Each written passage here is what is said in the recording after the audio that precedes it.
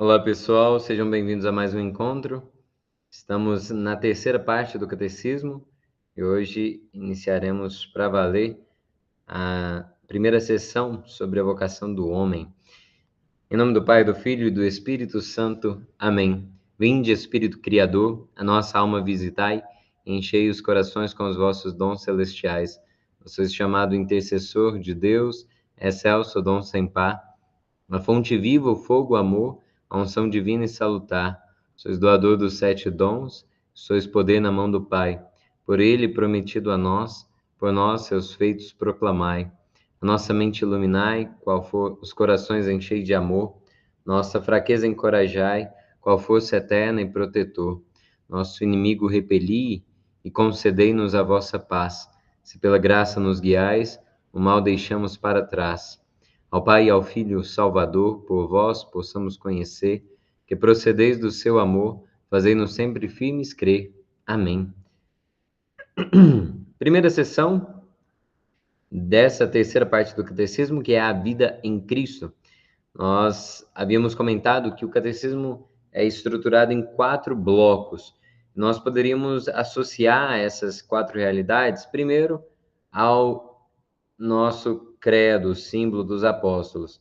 Depois, aos 7 sacramentos, e então aos 10 mandamentos, e por fim, a oração do Pai Nosso. Lembrando que a primeira parte é sobre o que cremos, a segunda é sobre como celebramos, a terceira é o que nós fazemos na vida moral, né, o que obedecemos, e sobre a vida de oração. Então, seriam relacionados, né, aos 12 artigos de fé, os 7 sacramentos, os 10 mandamentos, e na oração do Pai Nosso, nós temos os 7 pedidos por excelência, né? Vamos então à primeira sessão, a vocação do homem, a vida no Espírito. A vida no Espírito, ela realiza a vocação do homem, né? E de maneira concreta, conforme São Tiago no capítulo 2, né?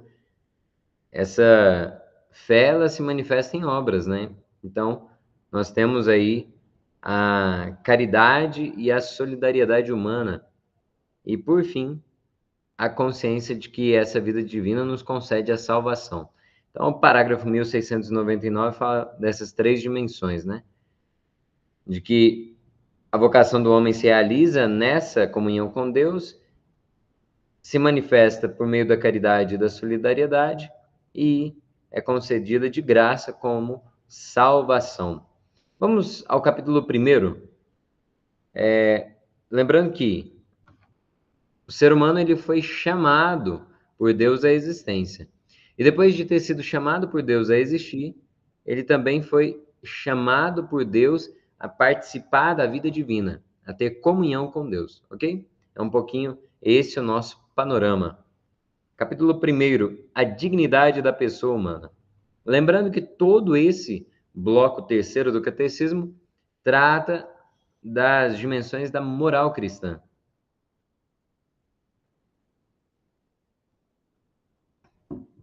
Se nós pensássemos nas grandes áreas da teologia, a primeira seção do catecismo toca a grande área que se chama dogmática.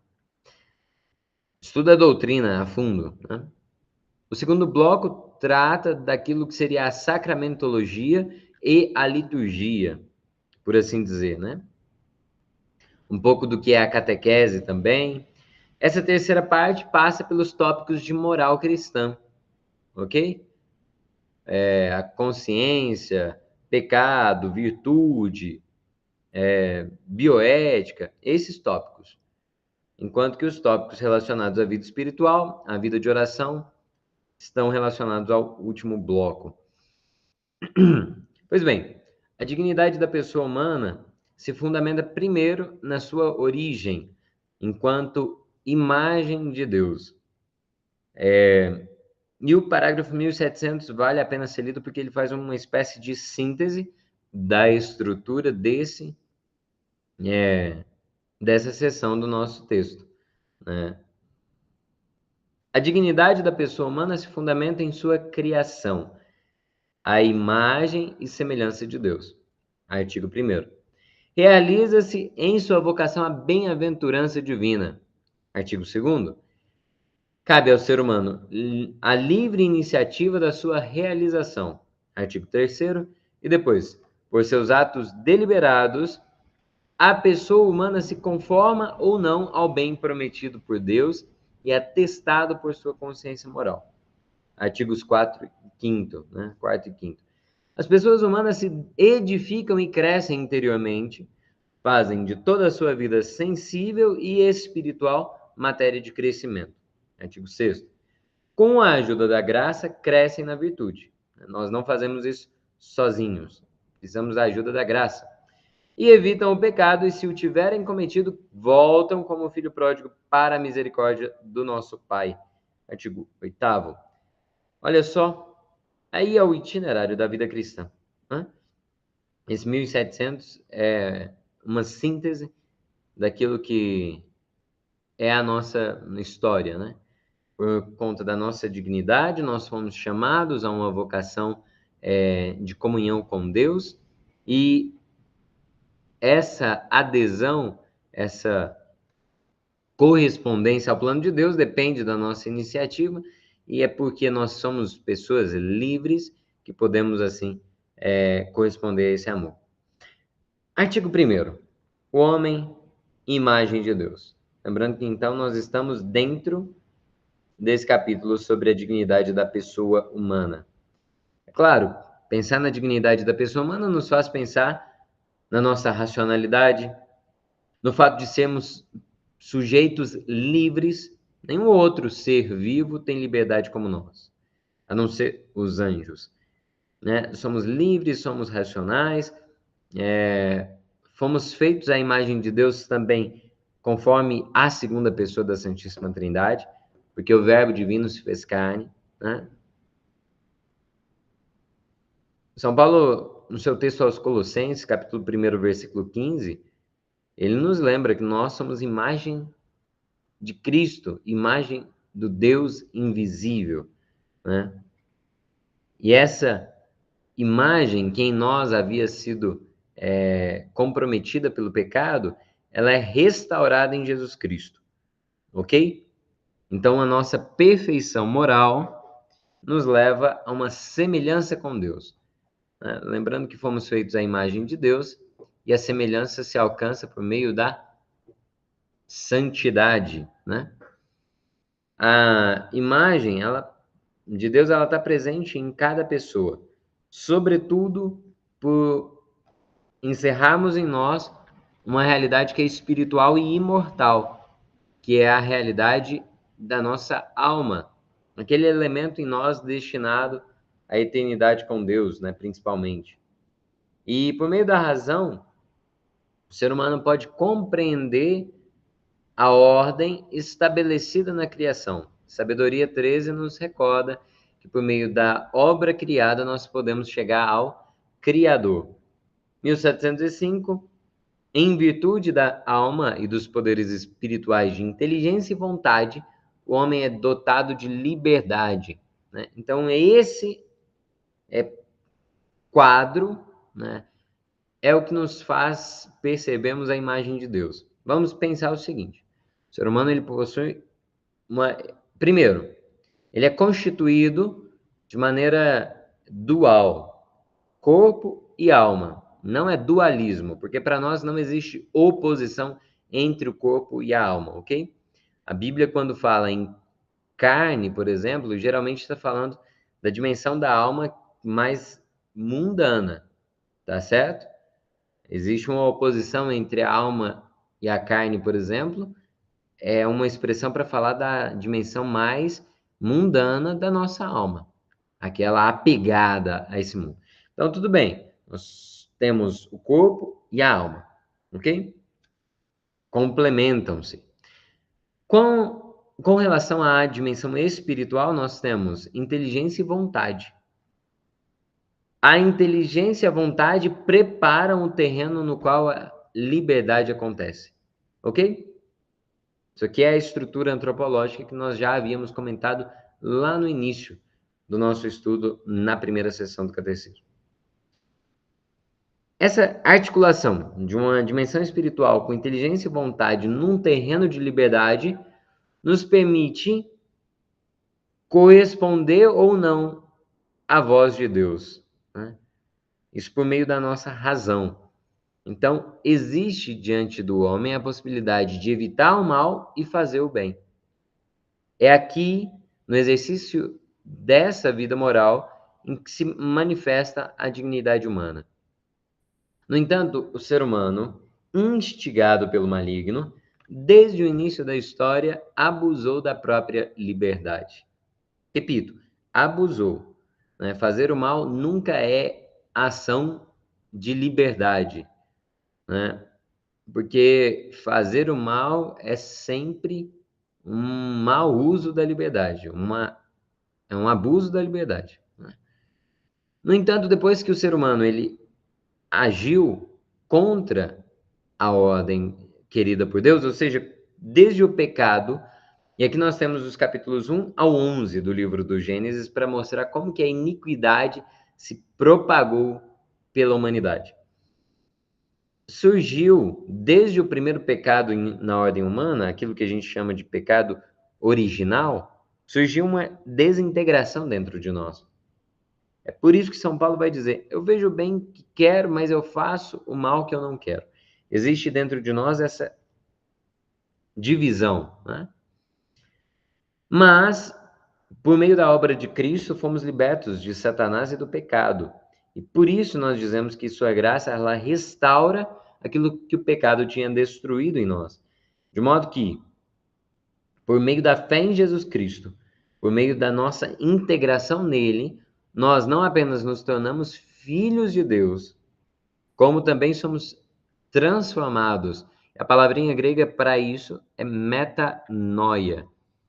Noia vem de nous, que é pensamento, e meta é ir além, é transpor, né? Então, metanoia, essa mudança de mentalidade, é na verdade uma transformação profunda dentro de nós. Para nós católicos, a fé em Deus não é uma fé puramente jurídica, como acreditam alguns dos protestantes históricos, né? Como Lutero, que com a sola fide afirmava uma justificação um tanto jurídica, né? Como se fossem, como se a nossa justificação fosse simplesmente uma capa que encobrisse a miséria humana, né? Como se a natureza do homem fosse absolutamente desprezível. Não, para nós que cremos e somos incorporados em Cristo, nós acreditamos que somos transformados em novas criaturas, ok? Essa transformação é ontológica. É isso que nós acreditamos quando pensamos no batismo. Por isso que insistimos que uma criança deve ser batizada, por exemplo, né? Esse resumo é interessante. Primeiro, essa citação da Gaudium et Spes, aquela Constituição do Vaticano II maravilhosa, número 22. Cristo manifesta plenamente o homem ao próprio homem e lhe descobre sua altíssima vocação. Ou seja, nós entendemos verdadeiramente qual é a nossa dignidade olhando para o Verbo encarnado. Deus, feito homem, manifesta aquilo que nós somos. São Paulo VI e São João Paulo II tinham essa consciência muito clara. O ser humano dos nossos dias não estaria perdido se ele pelo menos soubesse quem ele é. Entende? Não é apenas saber algo a respeito de Deus, mas se o ser humano soubesse pelo menos da própria dignidade, isso já seria suficiente para ele encontrar o caminho para Deus. O problema é que hoje nós não temos consciência nem mesmo da nossa dignidade. Por isso que tantos homens e mulheres desses tempos começam a se comportar como se fossem meros animais. Como se o bem e o mal não existissem, enfim. 1711, dotada de alma espiritual, inteligência e vontade, a pessoa humana, desde sua concepção, é ordenada para Deus e destinada à bem-aventurança eterna. Busca sua perfeição na procura e no amor da verdade e do bem. Isso aqui é de uma riqueza que a gente percebe claramente, é uma estrutura tomista, né? Essa lucidez para entender essa. Quem insistia insistentemente falava de bem-aventurança é Santo Tomás. Ele diz que a finalidade da vida humana é a bem-aventurança, né? A visão beatífica, principalmente, né? O ver a Deus, o contemplar a Deus. 1712 diz que a verdadeira liberdade é, no homem, um sinal eminente da imagem de Deus. E o homem é obrigado a seguir a lei moral que o chama a fazer o bem e evitar o mal, né? O ser humano, seja ele bem educado ou não, ele foi dotado, ele traz de fábrica um dispositivo que lhe permite conceber o certo e o errado. Pelo menos o mínimo ele consegue perceber. Isso é a voz da consciência.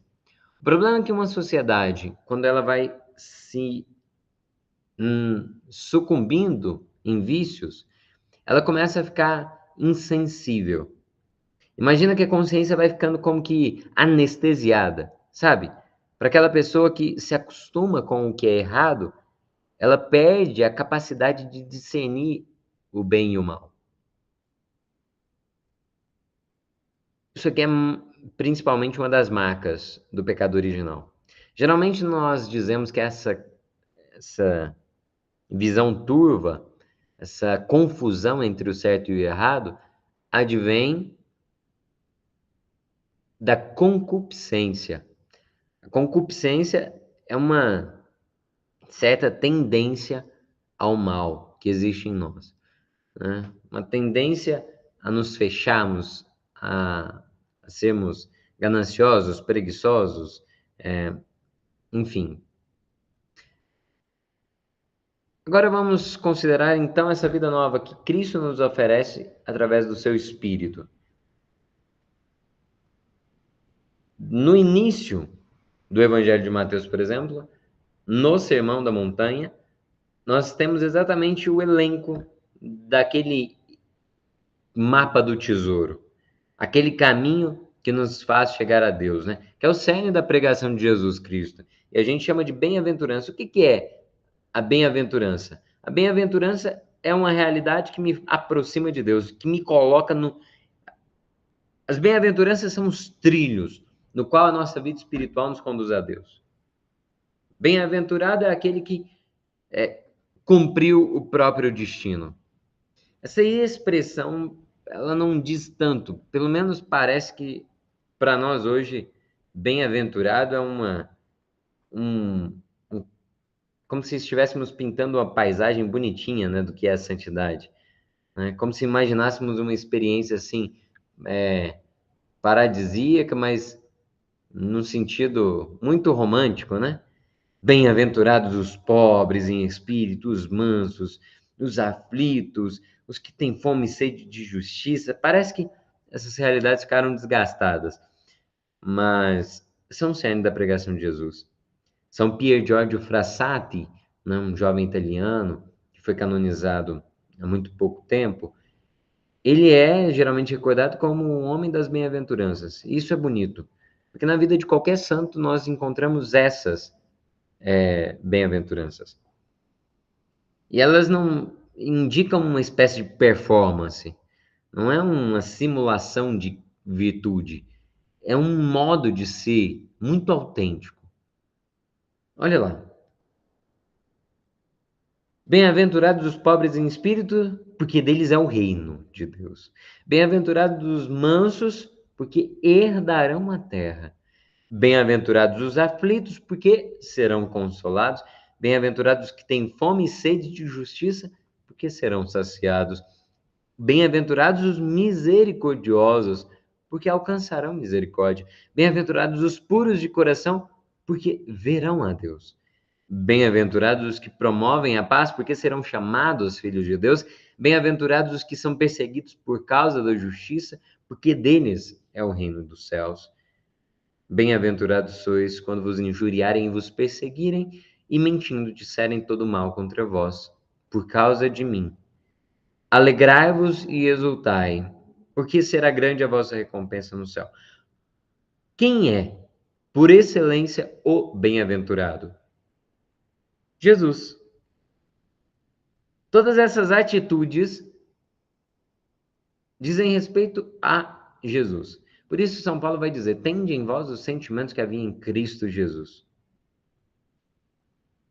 O cristão é aquele que imita Jesus Cristo, ou melhor, aquele que segue os passos do Mestre.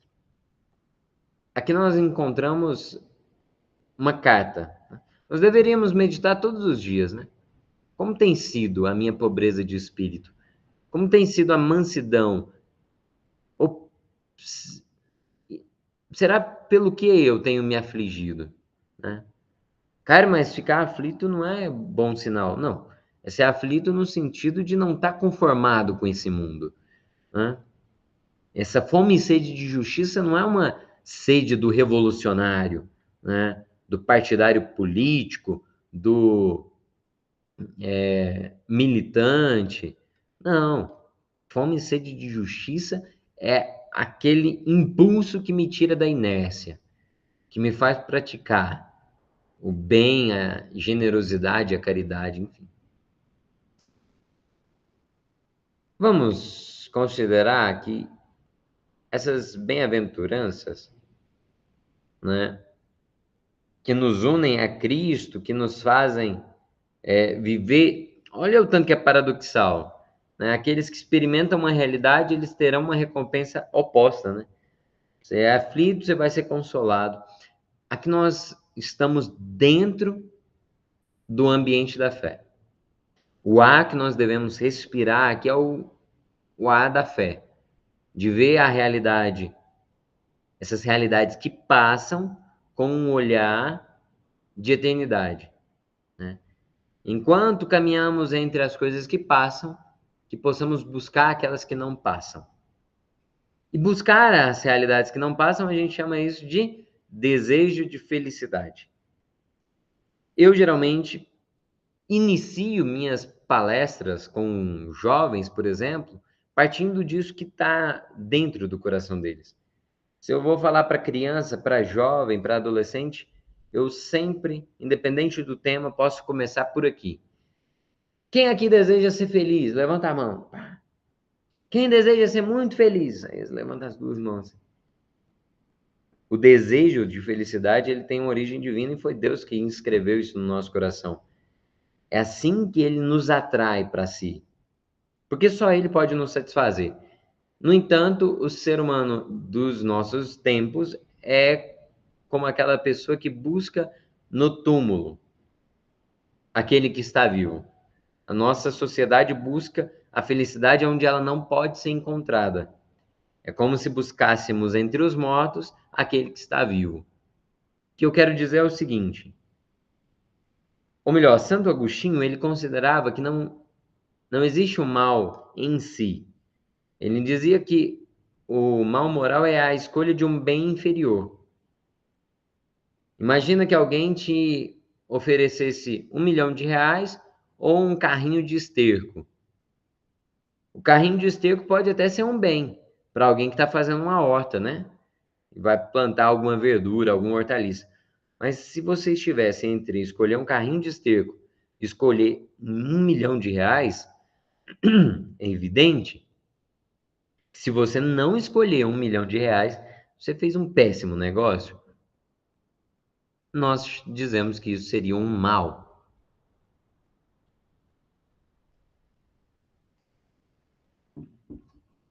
Tendo opção de escolher um bem maior, aquele que escolhe um bem inferior, na verdade, optou por um mal.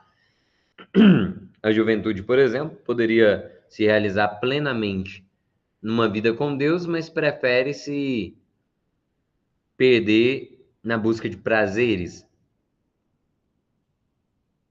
de fato, eles encontram alguma felicidade.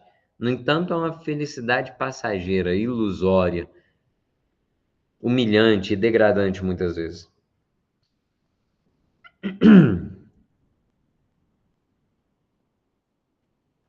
As bem-aventuranças desvendam o objetivo da existência humana, o fim último dos atos humanos. A expressão em grego para fim último ou para finalidade é telos. Então, nós cremos numa moral teleológica, ou seja, nós cremos que existe um fim para o qual o ser humano foi feito, ok?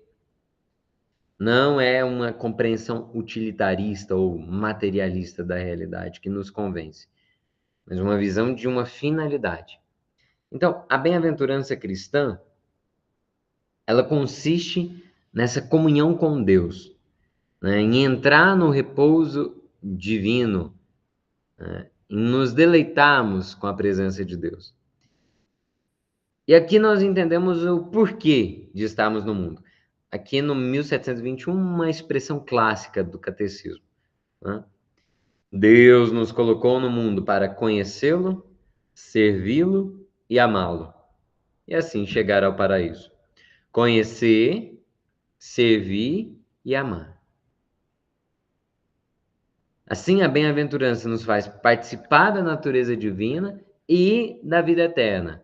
São as duas realidades.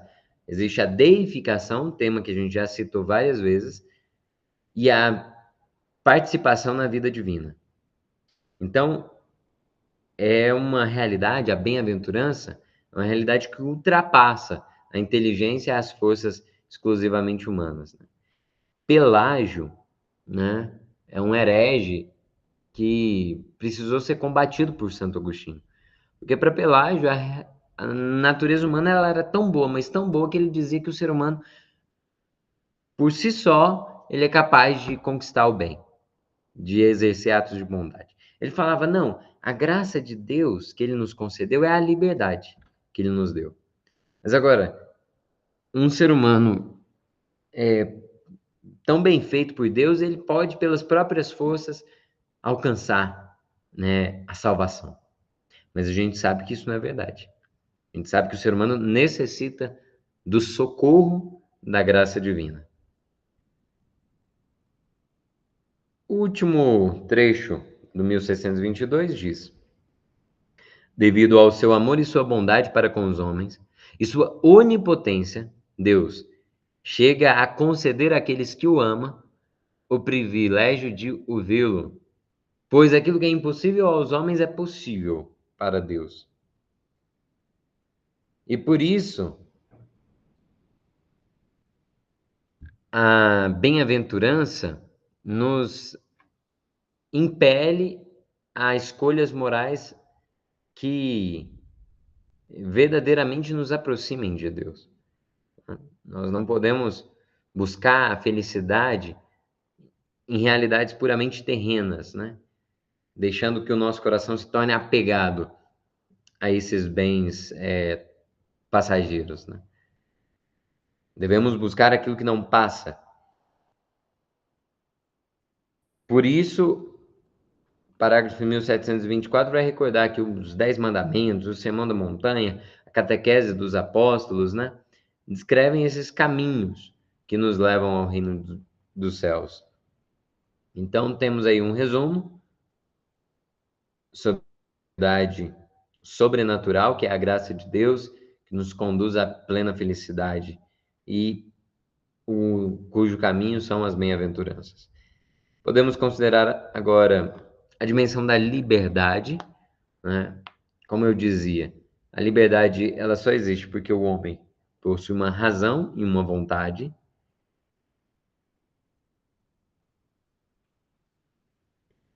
Aquilo que o catecismo diz ser marca, né, que nos assemelha a Deus, mas a liberdade ela traz consigo uma responsabilidade. Nenhum animal pode ser responsabilizado como o ser humano é responsabilizado.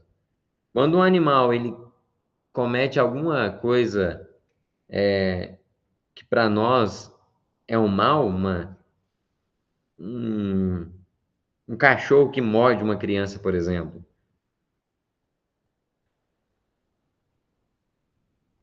Uma onça, né, que faz mal para alguém. A gente não pode chamar aquilo que aquele animal fez de uma ação má, porque os animais eles seguem um instinto, eles reagem aos estímulos, né? Nenhum animal ele faz o mal. Apenas o ser humano é capaz de fazer o mal. Um animal ele pode até fazer algo que seja prejudicial para nós, mas a gente não pode chamar isso de mal, né? Porque só o ser humano ele pode, né, a partir da razão e da vontade, agir ou não, né? Só assim nós podemos deliberar quanto à nossa ação. Isso significa que o livre-arbítrio nos permite dispormos de nós mesmos. E a liberdade ela alcança a sua perfeição quando ela está ordenada para Deus. É por isso que, enquanto o bem último, que é Deus, não estiver absolutamente definido, a liberdade ela ainda não será plena, né? Então, escolher o bem e o mal, né, crescer em perfeição ou definhar no pecado é uma deliberação nossa. Mas o catecismo diz que quanto mais uma pessoa pratica o bem, mais ela se torna livre. A escolha de desobedecer, a escolha pelo mal, é um abuso da liberdade e conduz sempre à escravidão do pecado. Isso aqui é muito paradoxal para os homens de hoje, porque em uma sociedade que acredita que liberdade é fazer o que quiser, no fim das contas, definitivamente não entendeu o que é liberdade. Ah, liberdade é fazer o que eu quiser. Não, isso é imaturidade, é irresponsabilidade, é inconsequência, né? Isso não é liberdade. Ah, mas como que pode ser liberdade eu fazer algo que eu não desejo? Olha, é muito simples. Livre é aquele que é capaz de fazer o que ele foi feito para ser. Eu não sou livre quando eu faço o que eu quero, com um Q minúsculo, né? Nesse sentido de ser. Porque se eu faço só o que eu quero, eu estou sendo uma marionete dos meus sentimentos, né? Dos prazeres. Liberdade verdadeira é a capacidade de conceber um bem e orientar os meus atos para aquele bem. Isso é liberdade. E só são atos voluntários aqueles que eu realmente deliberei, né? Aqui nós vamos distinguir os atos humanos daqueles que são atos do homem. Porque em moral, nós temos ações que podem ser puramente ações irrefletidas, involuntárias, né? É um ato do homem, por exemplo, respirar, fazer digestão, os batimentos cardíacos, né? Esses não são moralmente qualificáveis, né? Agora, os atos humanos, eles exigem e envolvem a nossa consciência, né? Ou seja, uma vontade livre. Por isso que eles são realidades que podem ser qualificadas, né? São moralmente qualificáveis, né? Então, os atos do homem são essas ações involuntárias. Agora, um ato propriamente humano é aquilo que é feito com consciência, com deliberação, com livre-arbítrio, né? Escolher fazer o bem, por exemplo, ajudar alguém, socorrer uma pessoa que está passando por dificuldade. Isso aqui, na moral, é essencial para a gente entender o que é o pecado, por exemplo. Ah, eu sonhei que eu estava batendo no meu vizinho. Olha, sonho não é matéria que a gente delibera. A gente não escolhe o que quer ou não sonhar. Então, em matéria de sonho, não existe pecado, né? Ah, eu sonhei que isso estava acontecendo. Eu preciso me confessar? Não. Por quê?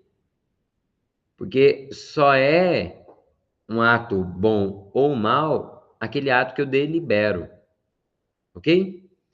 Isso aí o 1735 nos ajuda, né?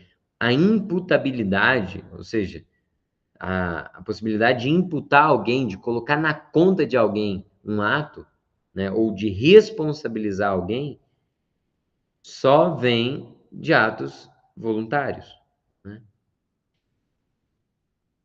Por exemplo, alguém que faça algo de errado, sabendo que é errado, ele vai ser responsabilizado por aquilo. Agora, alguém que por ignorância, por inadvertência, ou sendo coagido, né, ou tendo aprendido errado, tem um determinado comportamento errado, ele pode ter uma responsabilidade menor.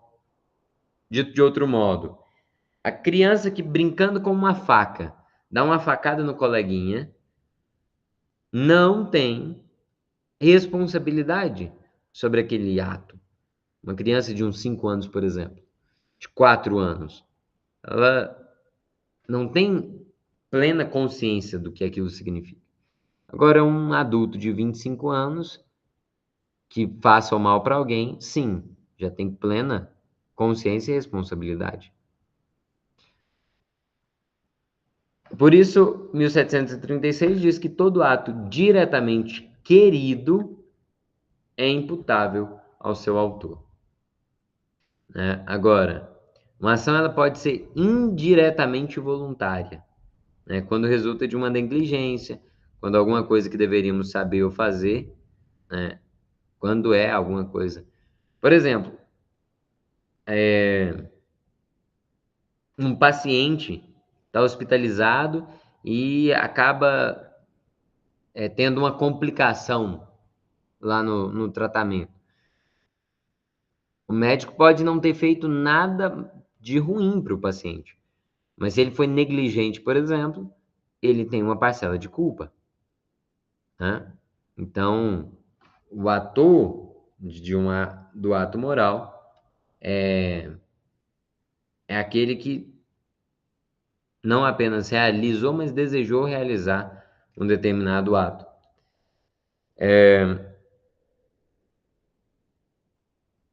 Aí nós temos um exemplo que toca uma realidade que em moral a gente chama de duplo efeito também, mas é um pouco mais complexo. Aqui é só o seguinte: existem atos que podem ser queridos, né, pelo seu fim, mas pode ser que esse ato traga consigo um efeito colateral, uma consequência que não foi querida por ela mesma, né? O efeito ruim não é imputável se não foi querido nem como fim, nem como meio de uma ação, né? Para que um efeito ruim seja imputável, é preciso que seja previsível e que o agente tenha a possibilidade de evitá-lo, né? Então, quando um efeito é negativo, mas é porque existe um bem que era desejado, esse efeito pode ser tolerado. Mas é claro, não significa que o fim justifique os meios, né? Definitivamente isso não é moral, o fim justificar os meios. A gente pode somente pensar que existe um custo-benefício na escolha, né? Existe o benefício, mas existe o custo. Um, um efeito negativo, por exemplo, né? Vamos adiante. A liberdade na economia da salvação. Então aí a gente toca a realidade do pecado, né? Primeiro porque o ser humano, ele é livre, mas isso não significa que ele pode fazer o que ele quiser. A gente já viu isso. O ser humano não é onipotente. A liberdade do homem, ela é finita e falível, né? E, de fato, o homem falhou e ele pecou livremente, né? Quando ele recusou o projeto de amor a Deus, se enganou e se tornou escravo do pecado. E esse como que eu posso dizer, essa ilusão de que a liberdade seja fazer o que quiser, né? O direito a fazer tudo, é como se liberdade só existisse quando não existe lei, é como se a plenitude do ser humano fosse uma rebeldia, uma anarquia absoluta. Isso, na verdade, é uma confusão, né? O ser humano ele não é livre quando não existem normas. A escola de Frankfurt, ela é conhecida por um certo desconstrutivismo, né? E ela motivou um tipo de pensamento que a gente vê, por exemplo, em pensadores posteriores, que motiva muito o comportamento anarquista ou revolucionário, barra inconformista, né? Como Saul Alinsky. Saul Alinsky escreveu um livro chamado Regras para Revolucionários. Salvo engano, a dedicatória daquele livro foi para Lúcifer. Ele dedica o livro a Lúcifer, porque ele diz que ele foi o primeiro revolucionário. Ele foi o primeiro rebelde, né? A não se conformar com o status quo, com o estado de coisas, né? Aí é claro que nós nos lembramos de São Paulo que diz: tudo posso, mas nem tudo me convém. 1741, liberdade e salvação. Por sua gloriosa cruz, Cristo obteve a salvação de todos os homens e nos resgatou do pecado que mantinha-nos na escravidão. Por isso, quando ele lê naquela sinagoga em Cafarnaum, ele lê aquele trecho de Isaías, né? Que ele veio libertar os cativos.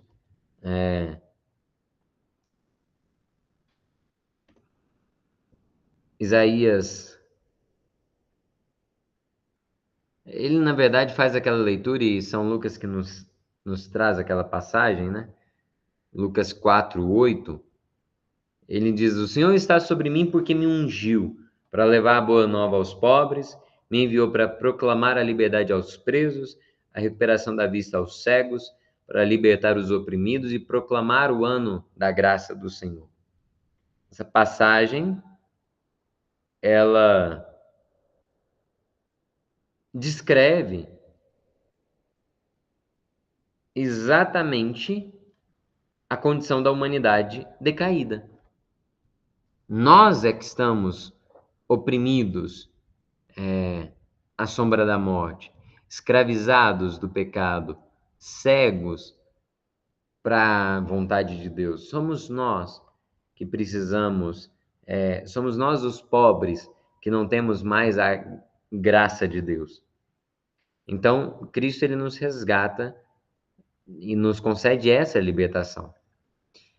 E por isso é em Cristo que nós realmente somos livres, né?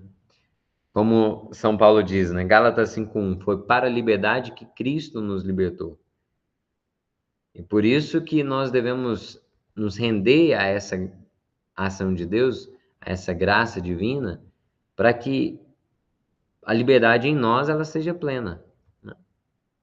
Então, no resumo, nós temos que Deus ele nos concede essa possibilidade de deliberação, essa condição de liberdade, e é um sinal claro da nossa dignidade. Portanto, nós podemos considerar, nesse artigo 4º, o último artigo que nós vamos estudar hoje, a moralidade dos atos humanos. Lembrando que atos do homem são aqueles mecânicos, né? Instintivos, enfim.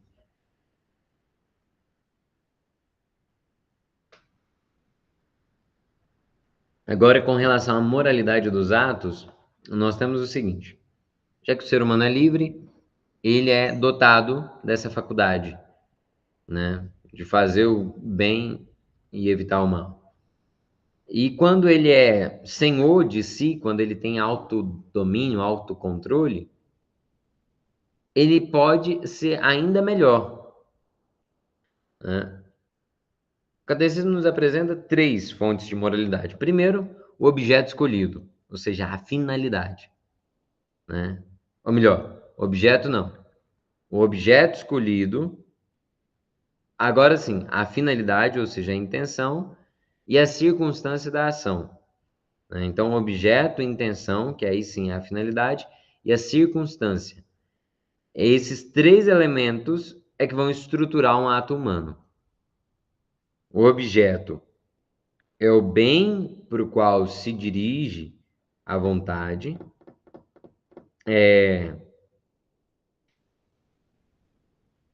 Deixa eu ser mais claro. O objeto é a dimensão material do ato. Não estou falando material no sentido de matéria apenas, não, né? Estou falando material no sentido aristotélico, né? O objeto é o jeitão do ato, né? A coisa do ato. A intenção, a finalidade, é o que se pretende com aquele ato, e a circunstância é o terreno no qual o ato vai acontecer. Então a gente vai entender isso um pouco melhor. As regras objetivas da moralidade enunciam uma ordem racional do bem e do mal, né, atestada pela consciência. Então é a consciência que me permite ordenar esses 3 elementos, de objeto, intenção e de circunstância. Então, perante o objeto, a intenção se coloca do lado do sujeito agente. Ou seja, eu tenho um objeto, por exemplo, dar esmola para o mendigo.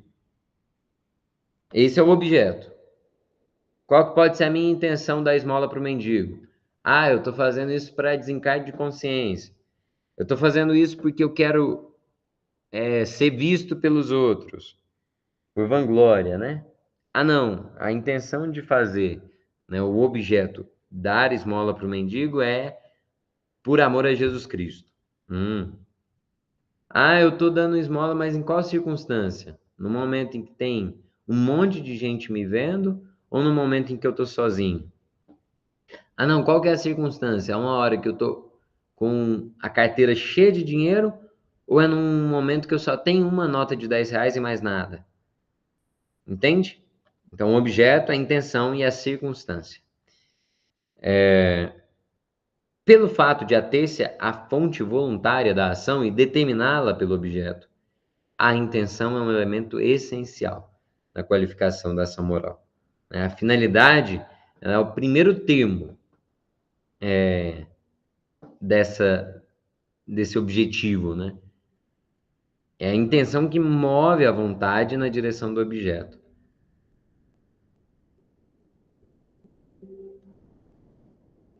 Em última análise, todas as nossas ações deveriam apontar para uma única finalidade. Uma pessoa integrada, tudo que ela faz no dia dela compete, né, concorre para um determinado bem.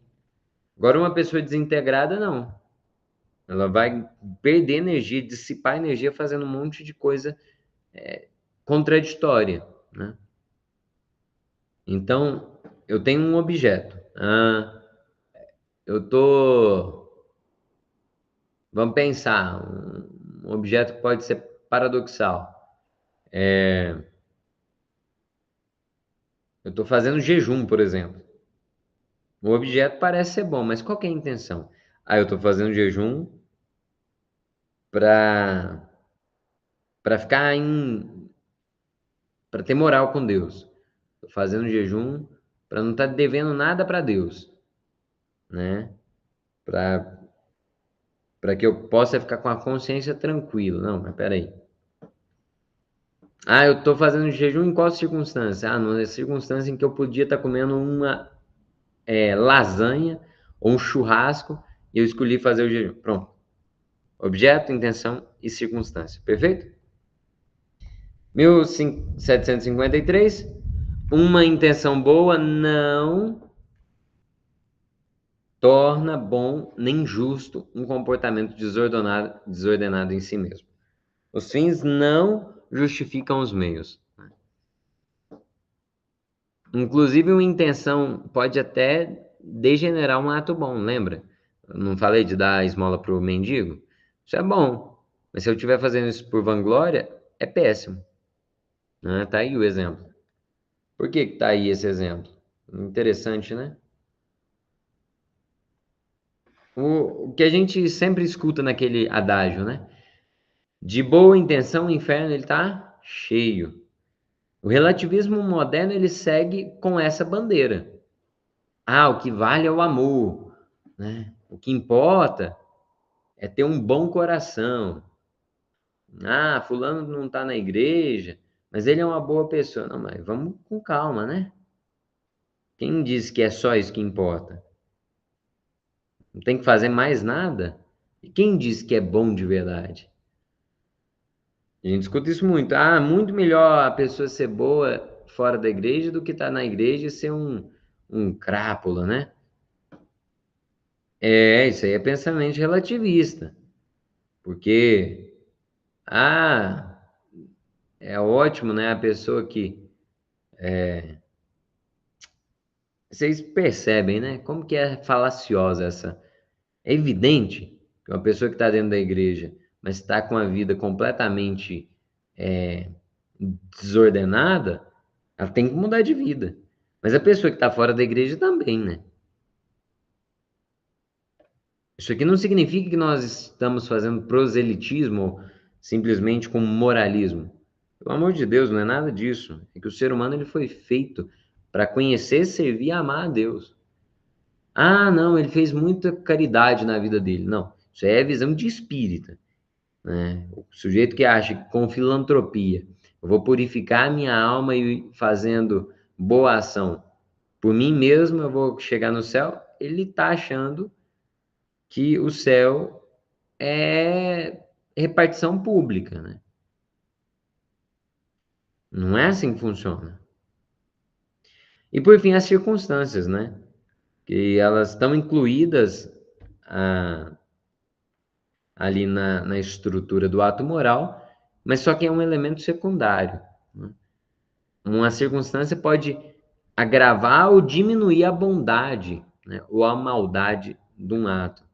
É aquilo que a gente diz que pode atenuar ou agravar a responsabilidade do agente, né? Ah, eu passei num cruzamento de um sinal vermelho. Ah, não, é porque eu estava com pressa. Não, eu passei porque dentro do carro a minha mãe ela estava com uma fratura exposta. Ah, isso vai atenuar a culpa. Hum, para qualquer pecado, inclusive, a gente vai perceber que existem circunstâncias que podem atenuar ou que podem agravar. Ah, eu dei um tiro num sujeito porque eu estava com ódio dele. Isso aí agrava o delito. Ah, não, eu dei um tiro nele porque ele estava entrando na minha casa para matar minha família. Isso aí atenua. Dependendo, pode até neutralizar a culpa, né? Legítima defesa, inclusive, é isso. Desde que seja proporcional. Ah, não, eu fui tentar defender uma família e acabei, né, naquela circunstância, matando o delinquente. O matar é pecado, quinto mandamento. No entanto, pode ser atenuado ou eu posso até ser escusado da culpa, né? Se perceber que realmente foi um ato legítimo, né? Os atos bons e os maus. Olha, um ato moralmente bom, ele supõe bondade de objeto, de finalidade e de circunstância, né? Uma finalidade má vai corromper a ação, mesmo que o objeto seja bom, né? O objeto, por si, ele pode até viciar uma determinada ação, né? Existem ações, comportamentos que são necessariamente maus, né? Ah, um sujeito que é casado e traiu a esposa. É mal. Inclusive, o mal nunca é objeto de escolha. Quando a gente fala naquele princípio moral do mal menor, A gente não está falando da escolha de um mal, a gente está tentando falar de evitar um mal pior. Aí sim. Mas agora, mal mesmo, nunca vai ser objeto de escolha. Você está com um carro, por exemplo, você está dirigindo o carro. Tem 2 idosos atravessando a rua e tem 5 crianças na calçada. O que você faz? Pisa no freio, né? Pronto. Ah, cara, não, eu ia passar em cima dos 2 idosos. Não. O que a gente faz é pisar no freio. Ah, não, mas pulou na frente do carro e eu não tinha mais alternativa. Ou pegava 5 crianças ou 2 idosos. Ah, sim. Se de fato você não tinha alternativa, aí é outra história, né? Sei lá, motorista de um ônibus que perde o freio. Isso aconteceu ontem, parece, né? Não sei em qual cidade, se em São Paulo. Um motorista que está num veículo e ele perde o freio. Aí ele vai ter que fazer esse cálculo maldito, né? Escolher entre a vida de alguém de um jeito ou de outro, né? A última frase aí. Não é permitido praticar um mal para que dele resulte um bem. Isso não é permitido. E existem atos que por si mesmo, né, independente da circunstância ou da intenção, eles são sempre ilícitos, né? Isso aqui é muito delicado. Muito delicado. Então aí tem um resumo, né? Para a gente concluir, então, o que são os elementos de um ato moral? Objeto, intenção e circunstância. Né? O objeto é aquilo que materialmente compõe o ato, e a razão é que aponta a finalidade, né?